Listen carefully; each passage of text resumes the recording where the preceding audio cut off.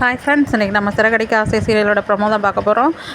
மீனா வந்து கிச்சனில் வந்து தோசை சுட போகிறாங்க. இல்லை என் வீட்டுக்காருக்கு நானே தோசை சுட்டுக்கிறேன், எங்களுக்கும் சமைக்க தெரியும் அப்படின்னு சொல்லிட்டு ரோகிணி வந்து சமைக்க போகிறாங்க.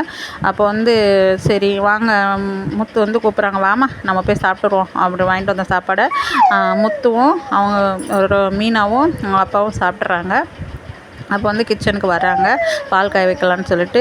அப்போ வந்து நம்ம ரோஹிணி என்னமோ தோசையை வந்து 4 5 அப்படி ஊற்றி பயங்கரமாக சுட்டுட்ருப்பாங்க. பார்க்கவே பயங்கர கொடூரமாக இருக்கும்.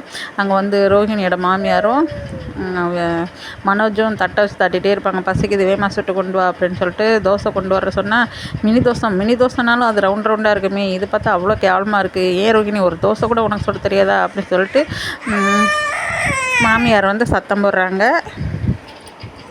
ஏன் ரோஹிணி, நான் ஒன்று கேட்டால் தப்பாக நினைக்க மாட்டேங்களே, என்ன மீனா சொல்லுங்கள் அப்படின்னு சொல்லி கேட்குறா. இல்லை, ஒரு தோசை கூட சுட தெரியல. சப்போஸ் நீங்கள் தனியாக வீடு வாங்கி போய் வெளியில் இருந்திருந்தீங்கன்னா பாவம் உங்கள் வீட்டுக்காரர் பட்டினியாகவே தானே கிடந்திருப்பாரு. அதை பற்றி நீங்கள் எதுக்கு கவலைப்படுறீங்க, நாங்கள் சமைக்கிறதுக்கு உங்களை விட நல்லா சமைக்கிறதுக்கு ஒரு வேலைக்காரி வச்சுக்குவோம் அப்படி, அதை தான் தெரியுது நீங்கள் நல்லா தோசை சுடுறது அப்படின்னு சொல்லிட்டு பின்னாடியே அவங்க சின்ன பொண்ணு வந்துடுது. உடனே 2 பேர் சேர்ந்து மீனாவும் ரோஹிணி எல்லோரும் 3 பேருமே சேர்ந்து கிச்சனில் நிற்கிறாங்க.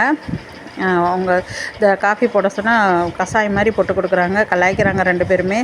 இது என்ன ரோஹிணி, டீ போட்டு கொடுக்க சொன்னீங்கன்னா கஷாயம் போட்டு கொடுக்குறீங்க, சரி விடுங்க கஷாயம்னே இதுக்கு பேர் வச்சுக்கலாம் அப்படின்னு சொல்லிட்டு கிண்டல் பண்ணுறா. மீனா வந்து பேசாமல் இருக்கிறா.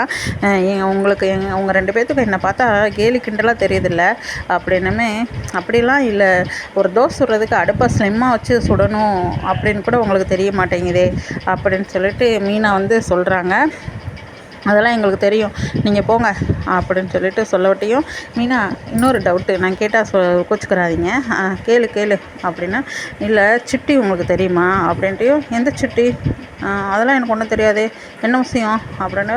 இல்லை, நீங்கள் அவங்கக்கிட்ட கடன் வாங்கியிருக்கதா என் தம்பி சொன்னான் அப்படி, உன் தம்பி ஒரு ஃப்ராடு, அவன் சொன்னான்னு சொல்லிட்டு என்கிட்ட வந்து கேட்குறியா, அவன் ஃப்ராடாக இருந்தாலும் அவன் சொல்கிற விஷயங்கள் உண்மையாக தான் இருக்கும். ஏதோ ஒரு தடவை தப்பு பண்ணால் ஒரு தடவைனாலும் அவன் திருந்து வாழ்வான். சில பேர் மாதிரி தப்பே செஞ்சுட்டு இருக்க மாட்டான்.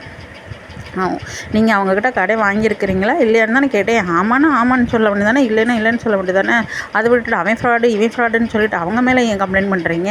அவங்ககிட்ட சிட்டிக்கிட்ட என் தம்பி வேலை பார்த்தான், உங்களோட ஃபைல் எல்லாமே அங்கிட்ட தான் இருக்குது தெரியுமா அப்படின்னு சொன்னமே, ரோஹிணிக்கு மூஞ்சி எல்லாம் அப்படி குப்புன்னு வேர்த்துருது. அப்போ வந்து அந்த 3ஆவது மருமகன் வந்து கேட்குது, ஏன் ரோஹிணி உங்களுக்கு ஃபேஸ் இவ்வளோ வேர்க்குது